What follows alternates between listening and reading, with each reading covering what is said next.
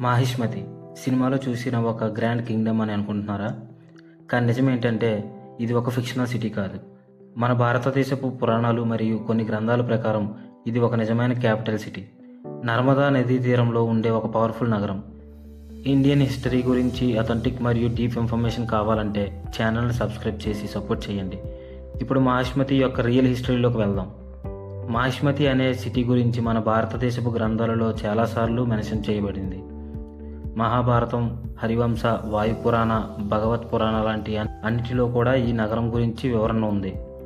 ఈ గ్రంథాల ప్రకారం మాహిష్మతి నర్మదా రివర్ బ్యాంక్స్లో ఉన్న ఒక ముఖ్యమైన నగరం. ఆ టైంలో ఇది ఒక స్ట్రాటజిక్ మరియు powerful location.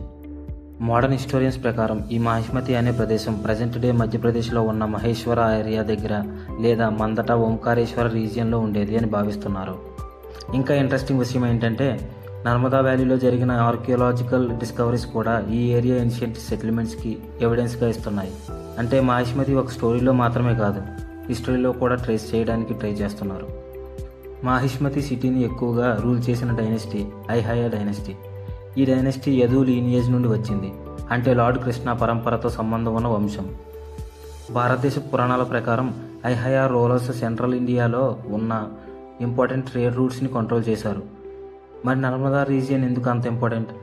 First, fertile land, అగ్రికల్చర్కి perfect. Second, Narmada river transport మరియు కమ్యూనికేషన్కి యూజ్ అయ్యేది. థర్డ్, నార్త్ సౌత్ ట్రేడ్ రూట్స్కి మరియు బిజినెస్కి కీ కనెక్షన్. కాబట్టి మాహిష్మతి ఒక సింపుల్ సిటీ కాదు, అది ఒక పొలిటికల్ సెంటర్, ఒక ఎకనామిక్ హబ్, ఇంకా ఒక స్ట్రాంగ్ మిలిటరీ బేస్ కూడా. ఈ ఐహయ డైనెస్టీలో అందరికంటే ఫేమస్ కింగ్ కర్తవీర్యార్జున. అతనికి ఇంకొక పేరు సహస్రబాహు. మీనింగ్ ఏంటంటే 1000 ఆర్మ్స్ని పవర్ని రిప్రజెంట్ చేయడానికి యూజ్ చేసిన సింబాలిక్ టైటిల్. పురాణాల ప్రకారం కర్తవీర్యార్జునికి సేజ్ దత్తాత్రేయ బ్లెస్సింగ్స్ ఇచ్చారని చెప్తారు. ఇండియన్ హిస్టరీ ప్రకారం ఆయన ఎంపైర్ చాలా పెద్దది. అతనికి ఎక్స్ట్రాడినరీ స్ట్రెంగ్త్ ఉండేది, ఇంకా అడ్మినిస్ట్రేషన్ కూడా స్ట్రాంగ్గా ఉండేది. కొన్ని ట్రెడిషన్స్లో రావణాసురుడితో కూడా అతని కాన్ఫ్లిక్ట్ జరిగిందని చెప్తారు. అది రామాయణం ముందు కాలంలో జరిగిందని నమ్ముతారు. ఇంకా ఒక interesting point, epic time lines ప్రకారం అతని రూల్ 88,000 years అని మెన్షన్ చేశారు. కానీ ఇది లిటరల్గా తీసుకోకూడదు. ఏన్షియంట్ లిటరేచర్ ప్రకారం ఒక రూలర్ యొక్క డామినెన్స్ మరియు లెగసీని హైలైట్ చేయడానికి సింబాలిక్గా యూజ్ చేస్తారు.